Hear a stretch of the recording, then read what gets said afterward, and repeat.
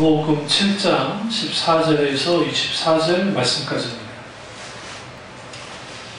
요한복음 7장 14절에서 24절 말씀까지입니다.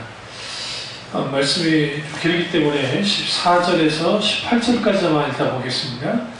이미 명절의 중간이 되어 예수께서 성전에 올라가사 가르치시니 유대인들이 놀랍게 여겨 이르되 이 사람은 배우지 아니하였거늘 어떻게 그를 아느냐 하니 예수께서 대답하여 이르시되 내 교훈은 내 것이 아니요 나를 보내신 이의 것이니라. 사람이 하나님의 뜻을 행하려 하면 이 교훈이 하나님께로부터 왔는지 내가 스스로 말함인지 아니라. 스스로 말하는 자는 자기 영광만을 구하되 보내신 이의 영광을 구하는 자는 참되니 그 속에 불의가 없느니라. 아멘. 말씀 제목은 피상적 신앙의 위험성입니다. 피상적인 신앙의 위험성에 대해서 나누도록 하겠습니다. 우리가 하나님을 믿는다 할 때 그 하나님을 살아서 역사하신 하나님을 믿는다. 첫 번째, 또 하나는 그 하나님이 창조주이신 하나님을 믿는가 아주 중요합니다.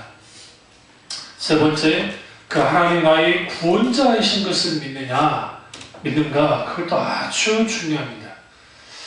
그러니까 우리가 살아서 역사하는 하나님을 믿게 되었으면 우리 신앙은 신앙의 성격이 살아서 역사하신 하나님과 친밀한 관계를 갖는 관계성이 있는 신앙생활을 하게 됩니다.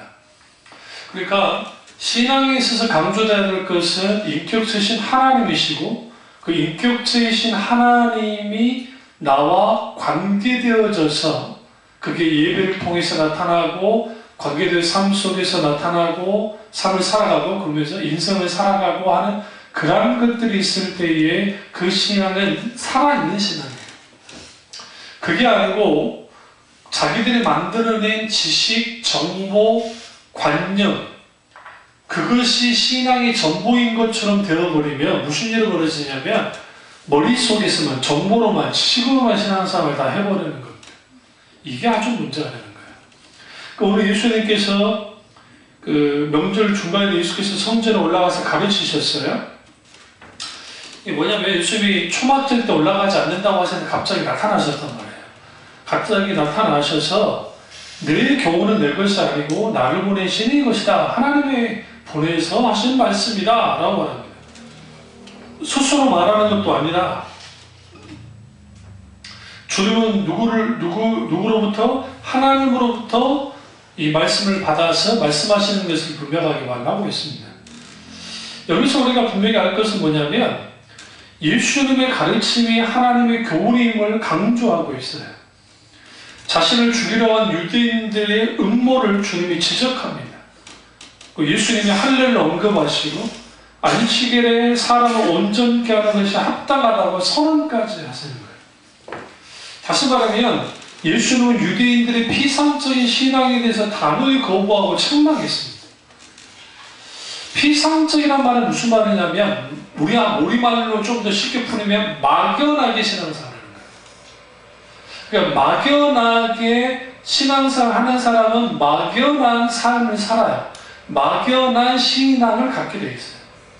막연한 하나님관을 갖게 되어 있습니다.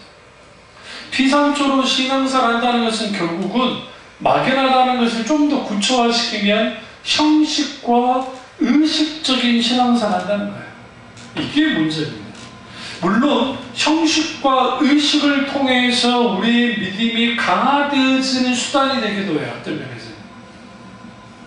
그 예배라는 형식, 기도라는 형식, 찬양이라는 형식에 신앙의 본질이 담겨져야 올바른 하나가 되는 것처럼 우리가 형식 자체가 나쁜 건 아니에요.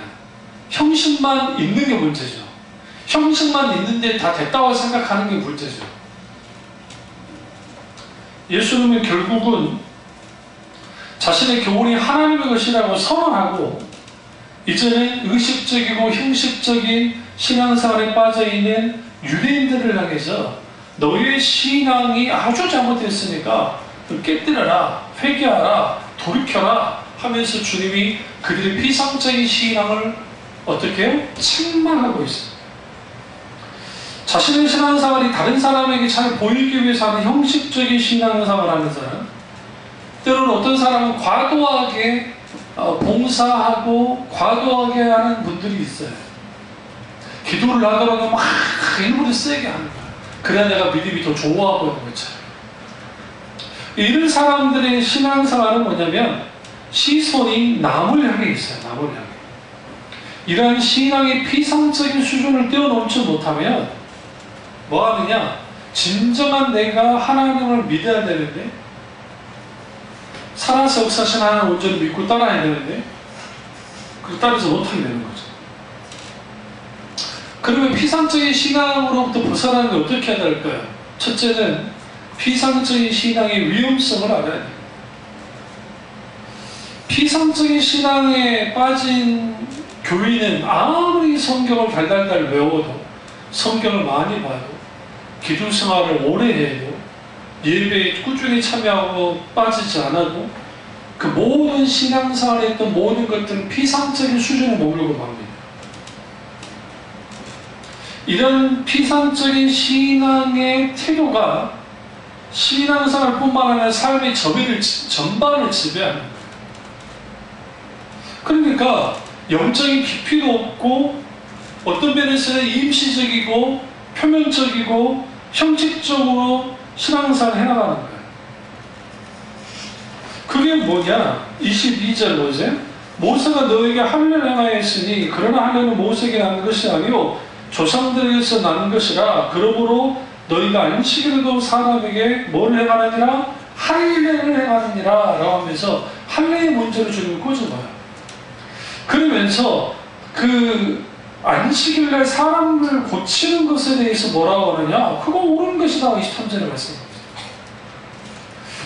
피상적인 신앙에 빠져 있으면 의식과 형식에 아주 민감하게 만듭니다. 무슨 말이냐면 예배의 형식을 제대로 갖추지 않으면 그 예배 아니라고 여기는 사람도 있어요. 그 대표적인 게 요즘 좀 많이 좀 달라졌습니다만 과거에 사도신경을 교회에서 안 하잖아요. 그러면 이단이라고 할 때가 있어요. 신교교에서는 사도신경을 받아들이질 않아요. 그게 카톨릭적이라고 생각했어요. 그래서 침례신경이 따로 있어요. 그러니까 정상적인, 그러니까 건전한 침례교회에서.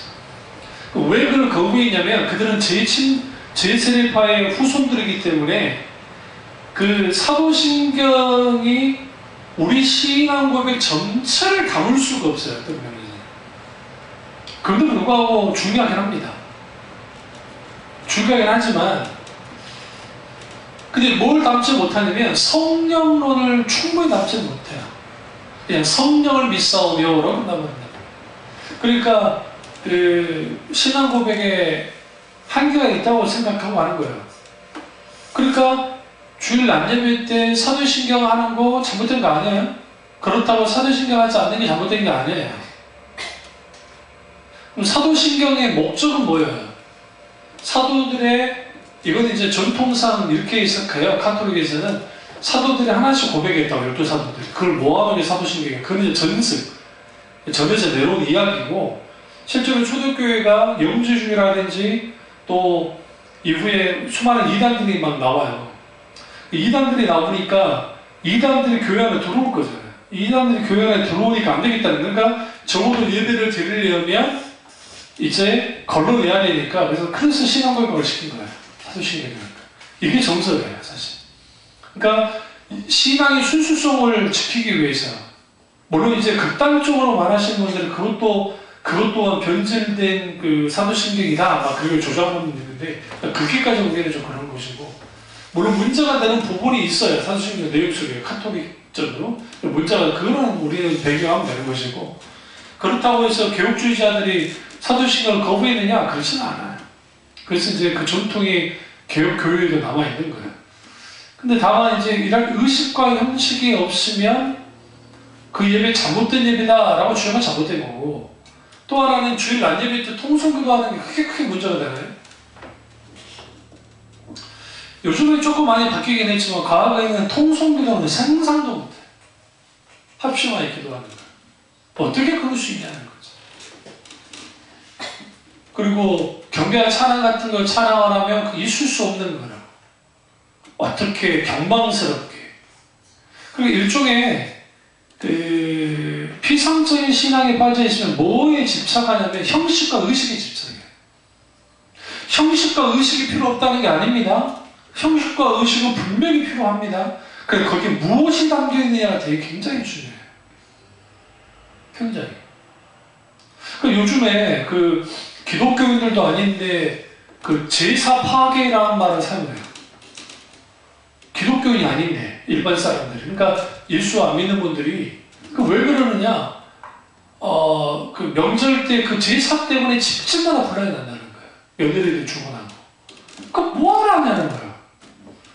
조상이 진짜 와서 막 먹고 가느냐? 그렇지 않잖아요. 거예요. 결국 음식을 차려가지고 자기들끼리 먹고 말 텐데. 그러니까 그분들이 그 말에 아예 제사를 없애자는 말까지는 아니지만 만약에 그게 걸림이 된다면 없애도 되겠다. 그러나 그렇다면 관소화시키자 제발.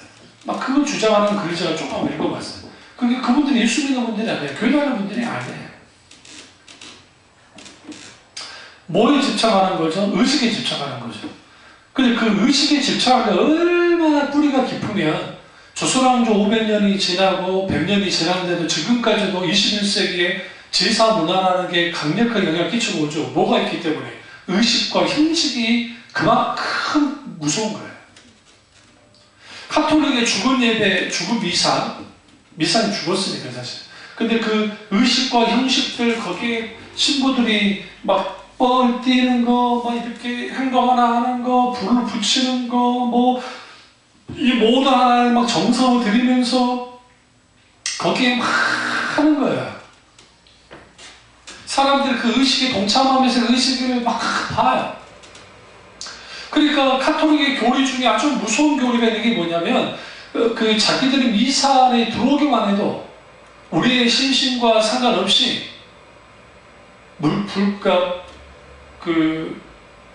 불가항력적인 하나님의 은혜가 부어진다고 생각합니다. 그러니까 미사 참여하는 것 자체가 그들에게는 은혜가 있는 거라고 간주하는 거예요.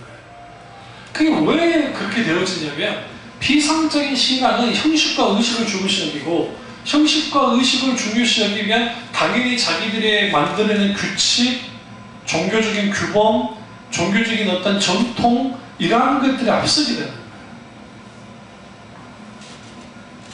루터가 깨부신 뭐냐면 예배를 원래 자리로 돌려놓은 거예요. 하나님과 우리 사이 일대일의 관계에 두도록 하는 거죠. 그래서 신앙의 피상성은 우리가 그릇된 그 신앙관을 갖게 만드는. 그래서 신앙의 본질보다는 자기에게 초점이 맞춰져 있는 걸 말해요. 그러니까 자기들의 기준, 자기들의 전통, 자기들이 가지고 있는 교리, 그게 성경적이냐 아니냐는 이치적인 문제예요. 물론 자기들의 교리가 성경적이라고 말은 하긴 하지만 정말 성경적이라고.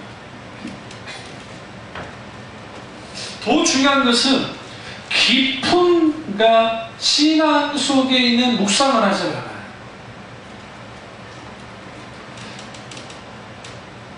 그러다 보니까 더더군다나 뭐예요? 신앙의 본질에 대해서 깊이 묵상하고 하기를 원하기보다는 어떻게든 성공해야 되겠다, 어떻게든 복받아야 되겠다는 것으로 모든 것들이 그쪽으로 맞춰지기 시작합니다. 그래서 현세적인 축복, 현세적인 성공, 현세적으로 내가 잘 나가는 것들, 이러한 것들이 내 신앙을 입증시켜주는 증거가 된다고 생각합니다. 내가 세상의 부를 누리고 내가 뭔가 좀 많이 벌고 잘 나가면 하나님과의 관계가 올바를 수 있다는 증거가 된다고 생각합니다. 이게 무섭게 이게 본영의 신앙의 아주 맹점이에요. 그러니까 그 사람의 부의 촉도, 그 사람이 잘 배우고 그 사람이 많이 가지고 그 사람이 뭔가 잘 나가면 그 사람이 신앙이 좋기 때문에 그렇다고. 그 사람의 사업이 망하거나 그 사람의 자식이 대학이 떨어지면 믿음이 없어서 그런다고 정죄한다는 거예요. 왜? 하나님은 성공케 하는 하나님이니까 그들에게 있어서. 왜? 하나님은 그들에게 복을 주는 하나님이니까.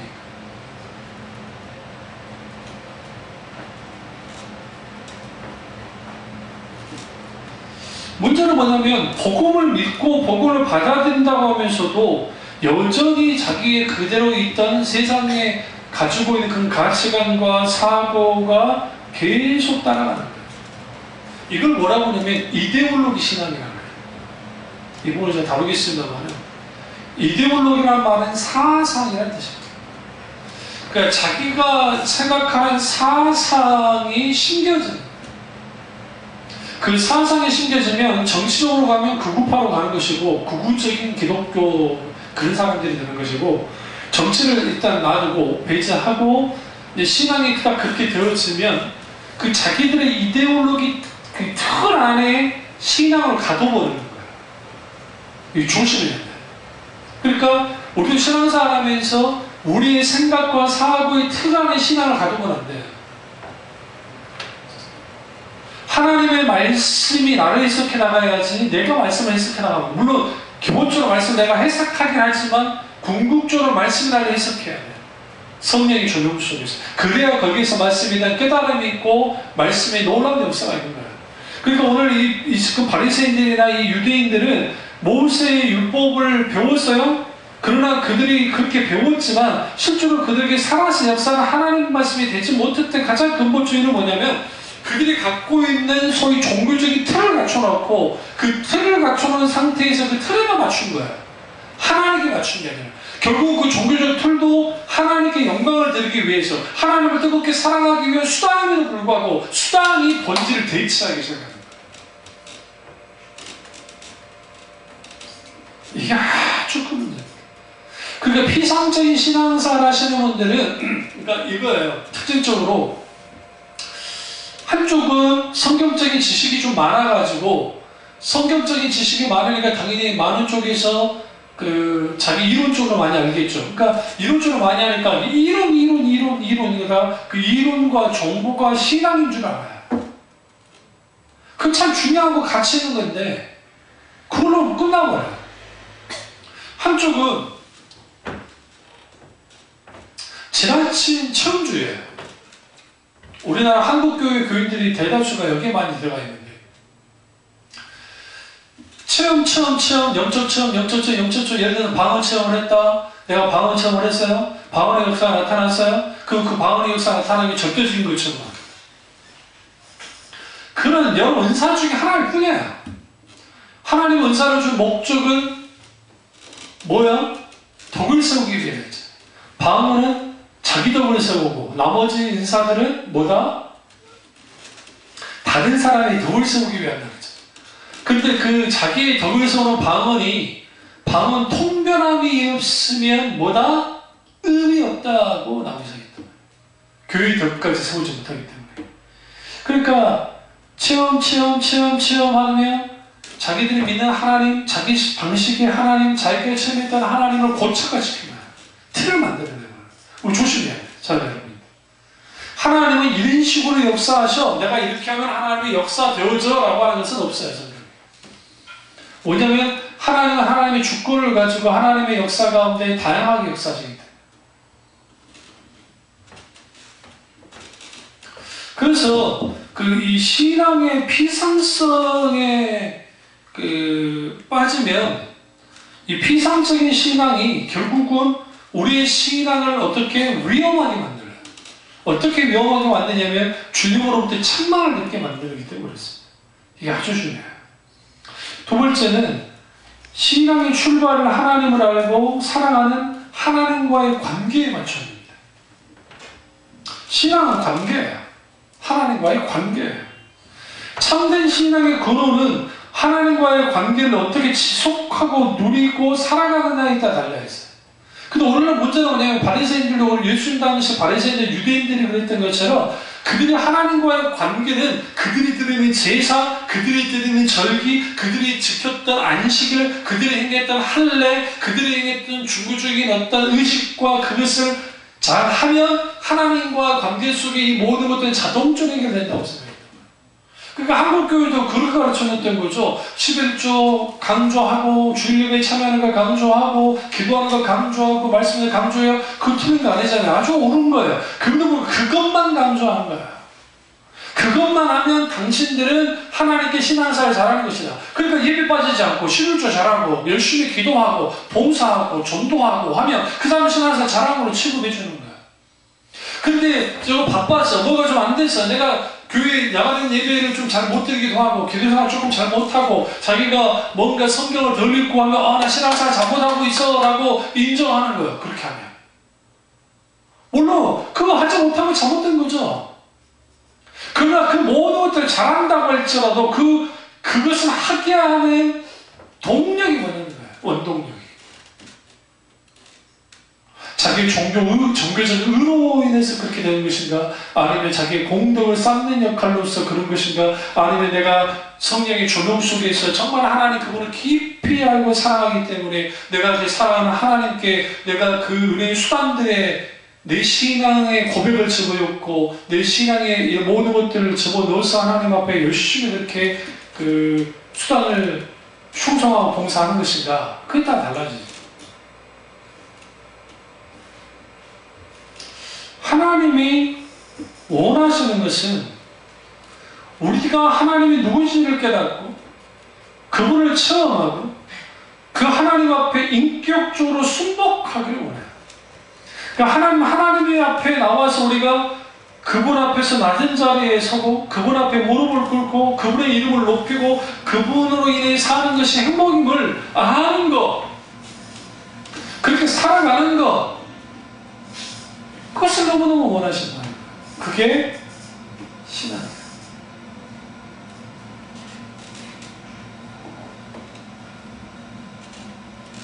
그러면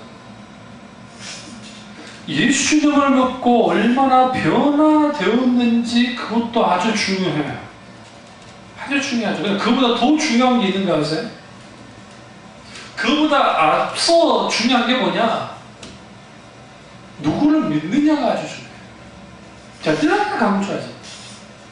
내가 예수 믿고 이렇게 변해서 아주 중요해요. 그러나 그 내가 믿었던 예수님이 누구냐? 그분이 누구시냐?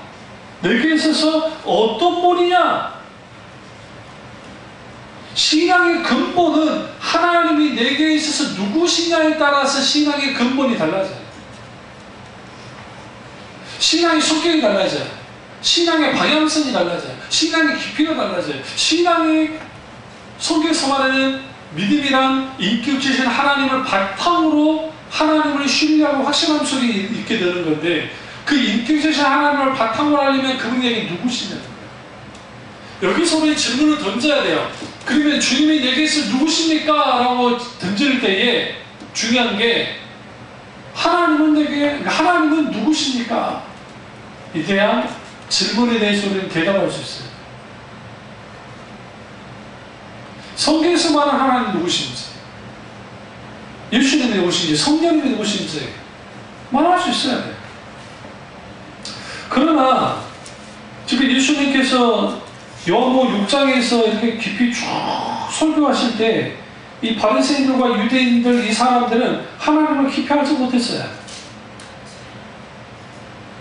그분 누군지를 몰라요.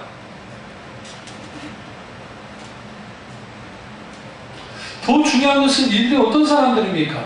예수님의 오병의 기적을 경험하고 난 다음에 따라왔던 사람들. 쭉 따라왔어요. 그걸 다 따라버렸어요. 6장에 보면.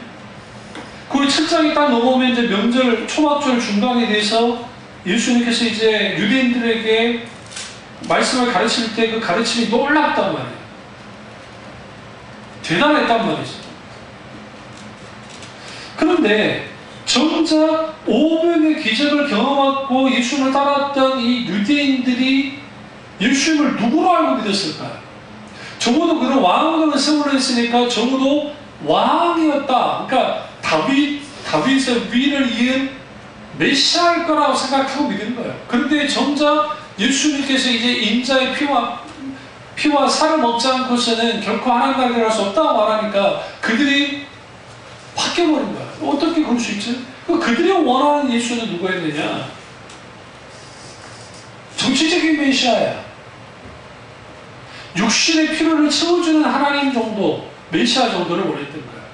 오늘날 우리가 하나님을 나의 필요를 채워주는 정도의 하나님을 믿으면 우리의 신앙은 절대로 뭐 할 수 없느냐?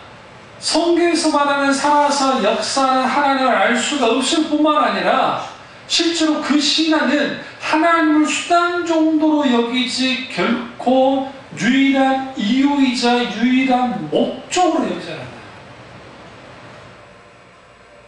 소위 하나님께로부터 해방된 신앙생활 하고 싶어요. 놀라운 것이죠. 해방된단 말이 좀 과격하다고 한다면 적당한 하나님과 거리를 두면서 신앙생활 하고 싶어요. 그러면 그들에게 있어서 비상적인 신앙을 갖고 있는 사람들에게 있어서 초점을 어디다 맞춰 있느냐? 내게 맞춰 있어요. 내게. 그러니까 오늘 예배 드릴 때 내가 은혜 받은 게 중요해요. 여기서 은혜가 뭔가가 중요해요? 하나님이 주신 그 놀라운 은혜는 괜찮은데 내 감정적으로 내가 위로받고 용기를 얻고 내가 뭔가 신나해하고 뭔가 좋아하는 거, 그것이 좋아서 예배드리는 사람이 꽤 있단 말이에요. 저는 과도하게 앞에서 몸 찬양하면서 막 율동을 하고 하는 그런 것들을 그렇게 별로 좋아하지 않습니다. 성경에 춤추며 찬양하라는 말씀이 있고 같이 율동하면서 찬양하는 것 자체는 뭐라 할 수는 없습니다만은 그렇게라도 해서 하나님 앞에 춤추며 찬양하게 하려고 하는 그런 또 것이었다는 것에서도 뭐 인정을 하지만 사실 우리가 하나님 앞에 찬양할 때 내가 손을 들고 찬양하고 손바닥에 침을 찬양하고 서서 찬양하고 때로는 춤추며 찬양하고 손을 높여 찬양하는 것은 내가 인위적으로 누군가에 의해서 감정을 확 폭발시켜서 되어지는 게 아니라 성령의 조명과 성령의 놀라운 역사 속에서 내가 자원함으로 다윗처럼 춤출 수 있어요. 근데 막 끌어올잖아요. 춤춥시다, 뭐 합시다 이미지로 조정해서 막 끌어당깁니다. 근데 정작 초점이 하나님께 합시다 하지만 사실 초점이 많은 경우에 사람들을 맞추는 거예요. 대표적인 게 찬양의 콘티들을 보시면 대부분의 사람들에게 처음에는 빠르게 찬양하고 빠른 곡을 찬양하고 이게 정상적인 일반적 콘티예요. 그 다음에 사람들에게 이제 결단은 제일 뒤로 가는 것이고 감정적으로 할 수 있는 것을 해주고 그 다음에 결단으로 갈 수 있는. 제가 다 대학에서 공부를 해봤습니다. 신학대학에서. 그럼 왜 그러느냐? 그렇게 하면 사람들이 쏠려가요. 통성기도 많은데 왜 통성기도? 통성기도도 우리가 통성으로 기도합시다. 주여 하면 막 이제 방언하면서 아버지 하나님 할 때 사람들의 감정을 끌어올려서 막 기도하는 경우가 많아요. 제가 부교육자 생활할 때 제가 방언 은사를 받았으니까 담임 목사님 그러는 거예요. 차가 때마다 무조건 나와서 방언을 막 세게 막 쉬지 말고 계속 막 세게 크게 기도해요. 그래야 교인들의 기도를 열심히 잘할 수 있다.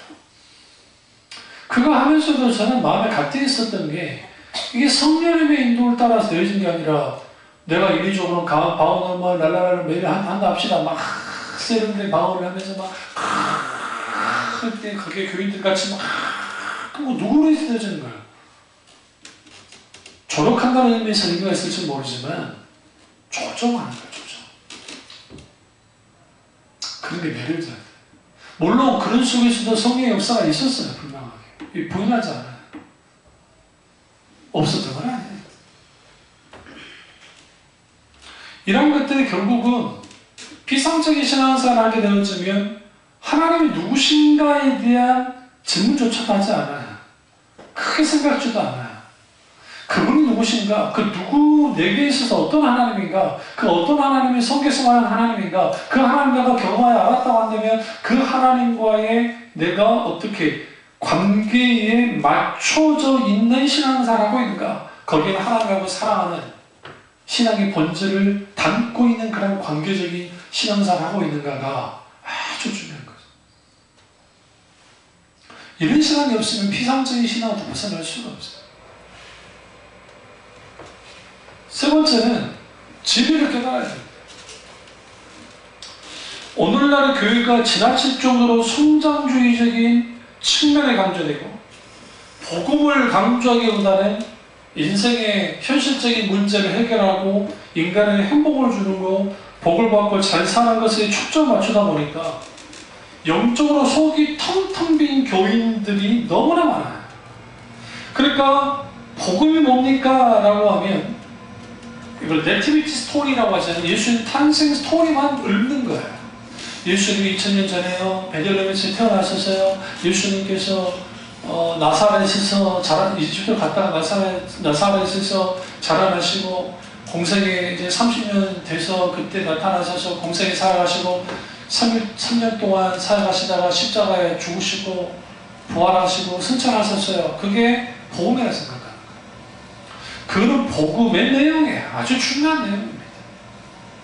그런데 그 복음이 뭔가? 십자가의 복음이 뭐냐? 십자가의 복음이 뭔지를 알려면 십자가의 복음을 성령의 조명 속에서 깨달아야 돼요. 그리고 내게 있어서 십자가 복음의 역사가 내게 경험되어져요. 단순히 이론으로서 십자가가 아니라 성령의 놀라운 조명의 역사 속에 있게 되어지면 마치 성령의 놀라운 형제와의 역사 속에서 내가 마치 2000년 전으로 타임머신을 타고 간 것 같은 그런 놀라운 성령의 역사가 일어나요. 그것이 내게 지금 현실적으로 내가 같이 순간께 십자가에 못 박힌 것 같은 놀라운 하나님의 은혜가 있게 되어져요. 그때 깨달았던 십자가의 놀라운 은혜들이 있어요. 그 은혜들이 주로 어디에 기록이 많이 되어 있느냐? 찬송가예요. 우리나라의 찬송가.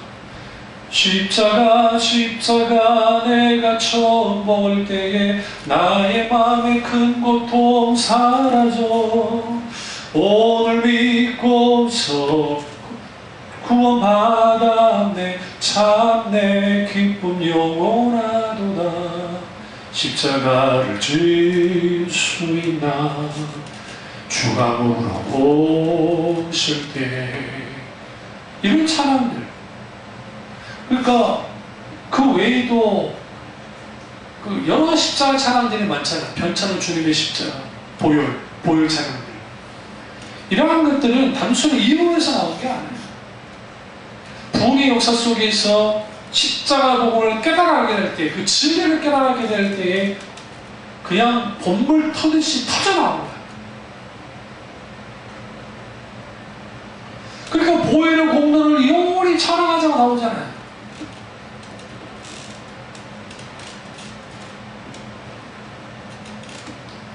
그래서 우리가 신앙생활에서 가장 중요한 요소 중에 하나는 깨닫는 거예요. 신앙생활에서 가장 중요한 것은 무엇을 느끼느냐보다도 무엇을 깨달느냐가 굉장히 중요해요. 그런데 오늘날 너무나 많은 교회들이 즐기고 느끼는데 초점에 맞춰 있어요. 그러니까 설교를 즐기고 설교를 느끼는 거예요.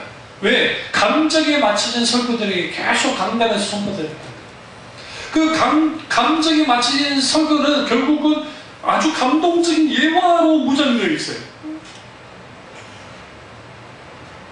무엇을 깨달았느냐? 아주 중요하죠. 얼마나 헌신하고 얼마나 일을 많이 하느냐 이것이 신앙생활의 결정적인 것이 되는 게 아니에요. 왜 그러냐면 진리의 말씀을 얼마나 깨달아 알았느냐 그리고 그 말씀 앞에서 내가 얼마나 자주 얼마나 하나님 우리 가운데 결단하고 그 말씀이 나의 말씀이 되어지기를 사모하면서 그 하나님의 은혜 가운데 그 말씀을 지키며 살아가게 되어졌느냐 성경의 놀라운 역사를 통해서 그게 신앙을 결판이에요. 결판. 신앙적인 깨달음들이 없어져요. 느끼고 즐기고 막 하는 건 있는데 이거 하셔야 되는 게 예수 그리스도 그분 앞에 인격적으로 승복하지 않고서도 얼마든지 신앙생활 할 수 있어요. 왜요? 자기가 원하는 신앙관을 가지고 종교적인 모습을 가질 수 있기 때문이에요. 그러니까 자기가 원하는 것, 하나님께로부터 얻고자 하는 것들, 하나님께로부터 뭔가 그런 것들이 있으면 그렇게 신앙생활 열심히 해요. 그러니까 자기를 위해서 열심히 해요. 그래서 구약의 우상을 뭐라 표현합니까? 자기를 위한 우상이라고 했잖아요. 잘 보세요. 성경에 자기들을 위한 우상이었다. 그 대표적인 게 금송아지를 만들었던 사건이에요. 출애굽하고 난 다음에 그들이 모세가 시내산에 올라가서 뭐 했어요? 십계명을 갖고 있을 때 자기들을 위하여 뭘 만들었다? 금송아지를 만들었다잖아요. 한번 가볼까요? 출애굽기 34장 되나요?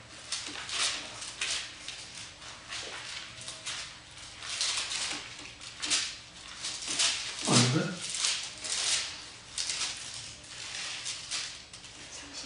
32장을 보시면 여기 그 8절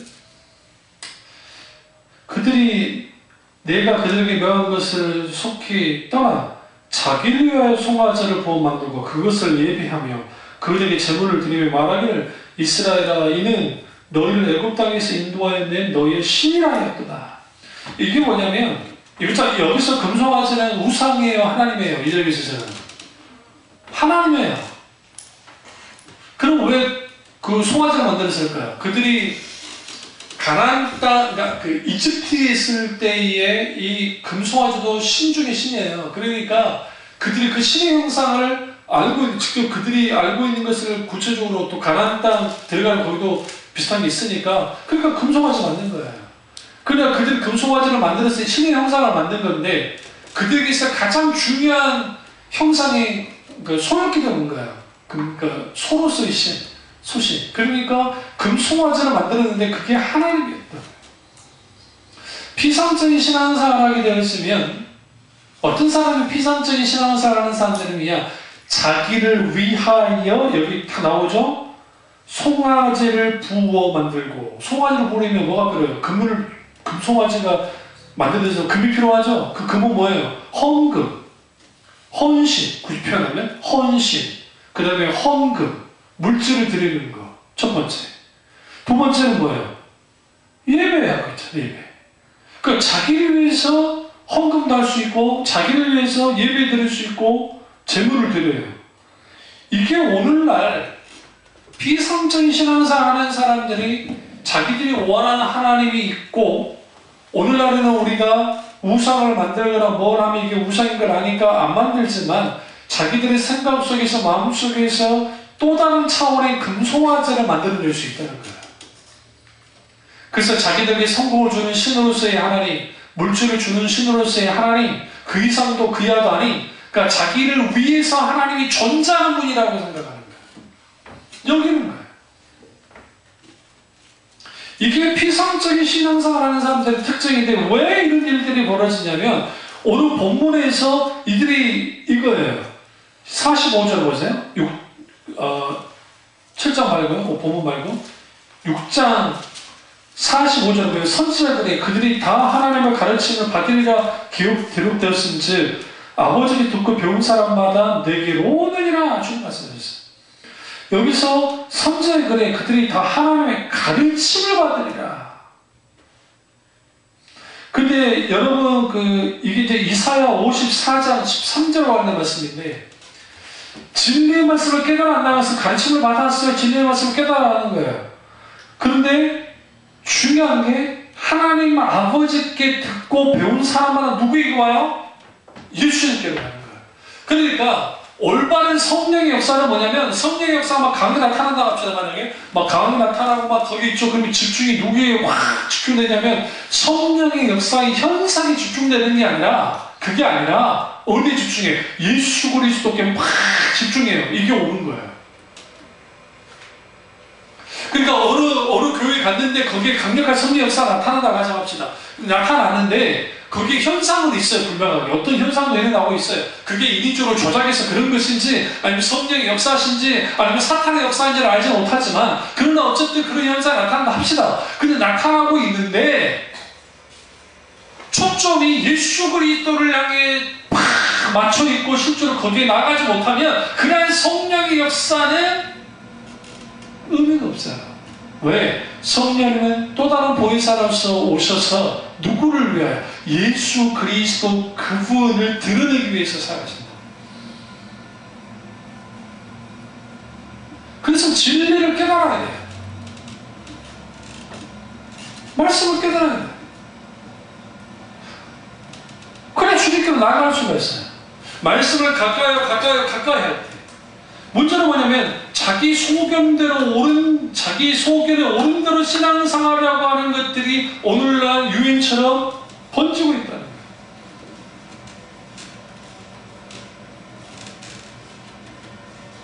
자기가 옳은 건 옳은 거라고 생각하는 거예요. 진리의 말씀이 그들에게 설지 못해요. 말씀에 대한 깨달음이 없이는 신앙의 방향성은 절대로 하나님께 초점 맞추지 못해요. 그래서 성령의 조명 속에 있는 말씀을 깨달음이 중요해요. 이것도 있어요. 일례지만 소위 성경한다고 하는 사람들이 또 가장 큰 그러니까 함정에 빠지는 게 뭐냐면, 성경을 읽다가 자기가 깨달은 게 있어요. 깨달은 거. 이걸 절도화시키는 거예요. 이런 또 병폐가 있어요. 말도 안 되는 해석을 가해서. 왜 그러냐면, 이런 식의 많이 했던 게, 선교단들이 그런 행동들을 많이 했어요. 한때 이단 시비 붙었던 UBF도 그렇고, 막 이제 그분들 다 그렇다는 게 아니라, 자기들이 큐티 해가지고, 콰이어 타임이라고 하는 큐티를 해가지고 깨달았다는 말씀을 가지고, 그 깨달은 것을 가지고 막 기도하면서 그 말씀이 막 해달라고 한다는 거예요. 그런데 그것이 정작 성경을 읽을 때에 성경에서 말하고자 하는 그 의미와 맞으면 그건 상관없어요. 그건 박수 쳐주고 말하는 일이지만, 어떤 특정한 구절 하나를 딱 빼고 와가지고 가지고 와가지고 그걸로 깨달아가지고 확대 재생산시키면 원래 성경에서 말하는 내용을 왜곡시켜버려요. 그런 위험성이 있어. 그런 위험성. 그런 것들을 좀 그런 친구들 몇 번 만나본 적도 있어요. 그런 식의 신앙생활을 해버리면 어리석을 좀 되어지면 자기가 깨닫고 자기가 읽고 뭔가 알았던 거, 그러한 것들이 마치 절도가 되고 자기들의 그룹 속에서 자기들의 어떤 있잖아요. 자기들끼리 막 나눈다 하면서 거기서 많이 절도화시켜서 그게 마치 막 대단한 거 같는데, 그게 들여다보면 우스울 수가 있어요. 왜 웃을 수 있냐면 본문 전체를 쭉 들여다보면 그게 아닌데.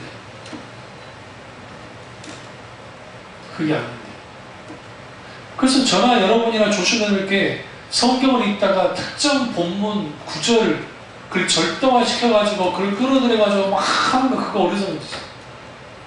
그러니까 웃어야 될지 울어야 될지 모르는데, 과거에 이런 게 있었어요.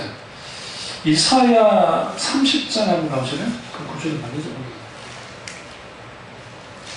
이사야 30장.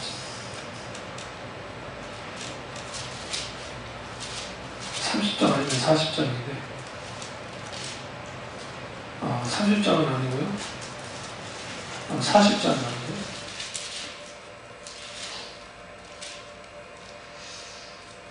아주 오래된 본문이라 제가 지금 헷갈려하는가 보네요. 이런 말씀이 있어요. 그 이사야를 보시면 거기에 네, 다음에 찾아 말씀드릴게요.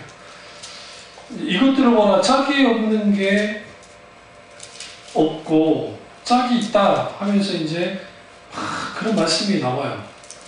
근데 그 말씀의 내용이 성경이 짝이 없는 게 없고 다 맞아 떨어져 있다라는 식으로 해석을 했거든요. 근데 그 본문 전체를 읽어보면 짐승과 관련된 말이에요.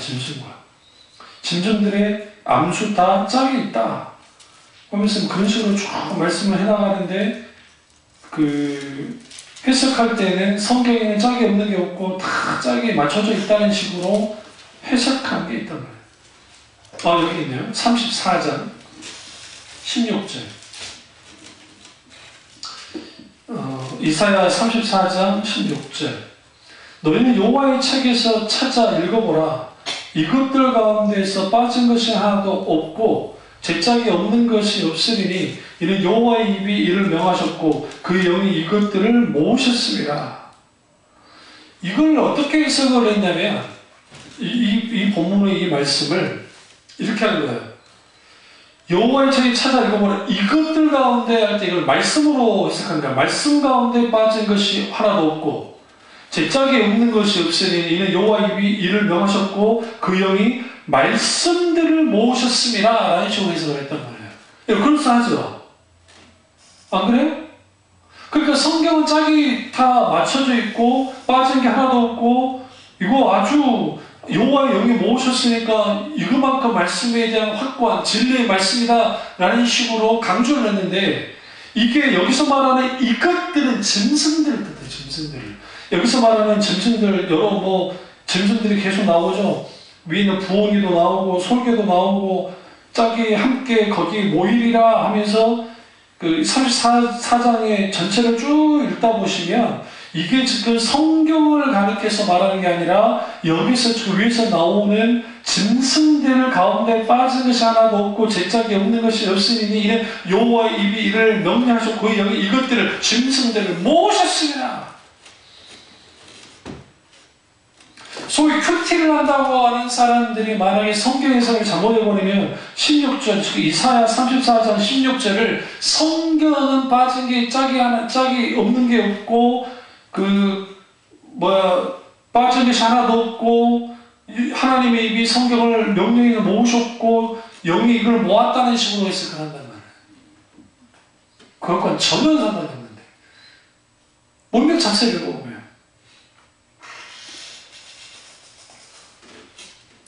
그래서 성경을 깨달으려면 성령이 조명하셔야 돼 깨달아요. 깨달으시면 깨닫는 게 아니에요.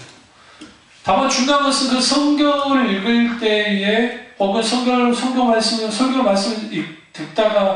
말씀을 듣다가 깨닫든지 했을 때에 거기에 그 말씀이 우리 가운데 딱 비춰지면 분별해야 돼요. 그게 정말 성경에서 말하고 있는 것이다.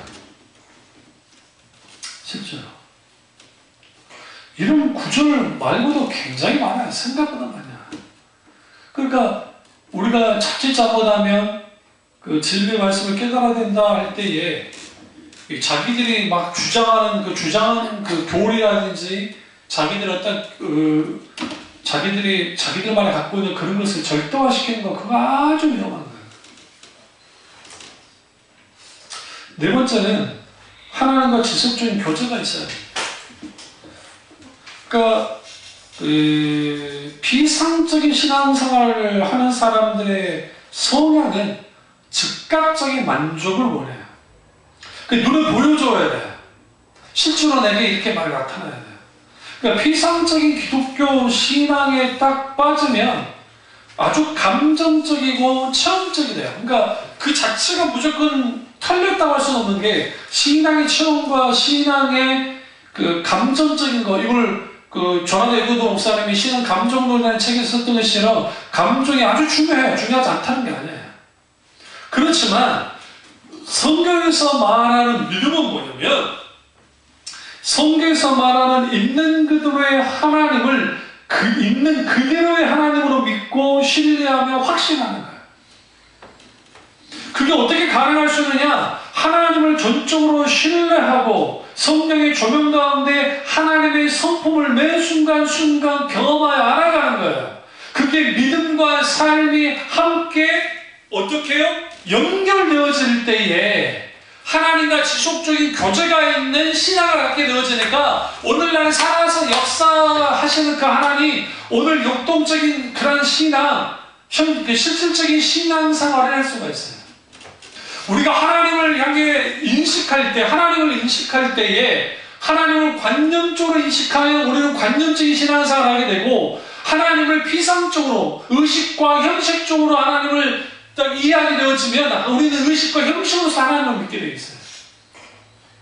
근데 하나님과 친밀한 교제, 관계, 그렇게 되어졌을 때는 당연히 뭐 하겠어요? 친밀한 관계 속에 있으면 그 하나님은 사실적이고 실질적이고 개인적인 하나님을 내가 믿고 따르고 알게 되는 거예요. 교제를 나누게 되는 것이죠.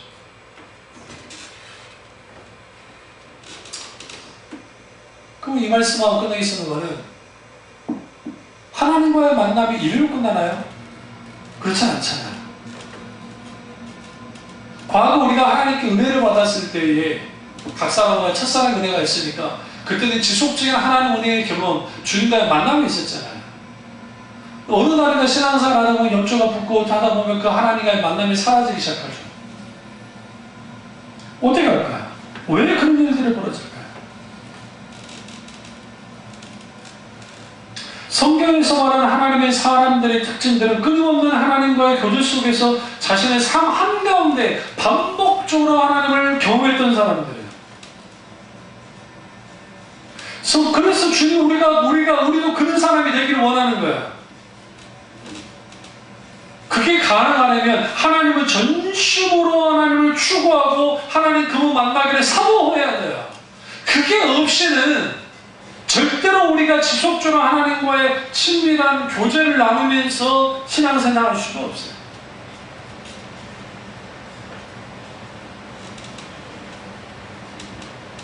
이렇게 CD라든지 인터넷 홈페이지에서 설교를 듣다든지 찬양을 듣는다든지 기타 등등 그런 것을 통해서 주를 가까이 하려야 되고 주님을 계속 지속적으로 주님과의 교제를 나누기 힘써야 돼요.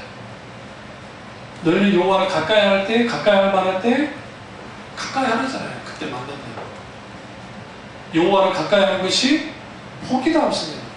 가까이 해요. 주를 가까이 하고 가까이 할 때 그분의 성품을 경험하다 더욱 하나님 앞에 인격적인 만남을 달라고 우리가 간구하고 그분을 묵상할 때 하나님과의 교제하는 신앙생활이 되는 것이고, 거기에서 비상적인 신앙의 위험으로부터 벗어나게 됩니다. 근데 여기 이제 여기서 문제는 뭐냐면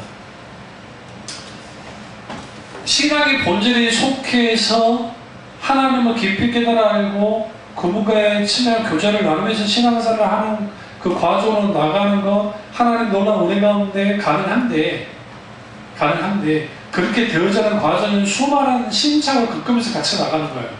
그런데 비상적인 신앙으로 떨어지는 것은 하루아침에 떨어져요. 그러니까 아무리 교회에서 신앙의 본질과 관된 설교를 하고 아무리 신앙의 본질에 대한 신앙생활을 내가 알고 있어도 초점이 틀어져 버리면, 하나님과의 교제가 깨져버리면 금세 돌아가요. 금세 뭐로? 비상적인 신앙으로 탁탁 돌아가는 거예요. 문제는 뭐냐면 이거예요. 더 불행해지는 게, 피상적인 신앙 속에 있었던 사람들은 그냥 자기는 그러는가 보다 하는데 피상적인 신앙에서 벗어났다가 그 경험을 해본 사람들 다시 돌아가잖아요. 그럼 이게 아닌 걸 아는데 돌아가려는데 안 돌아가잖아요. 이게 신앙의 자기 함정에 빠져요. 그런 사람이 되지 않도록 우리는 몸부림쳐야 돼요.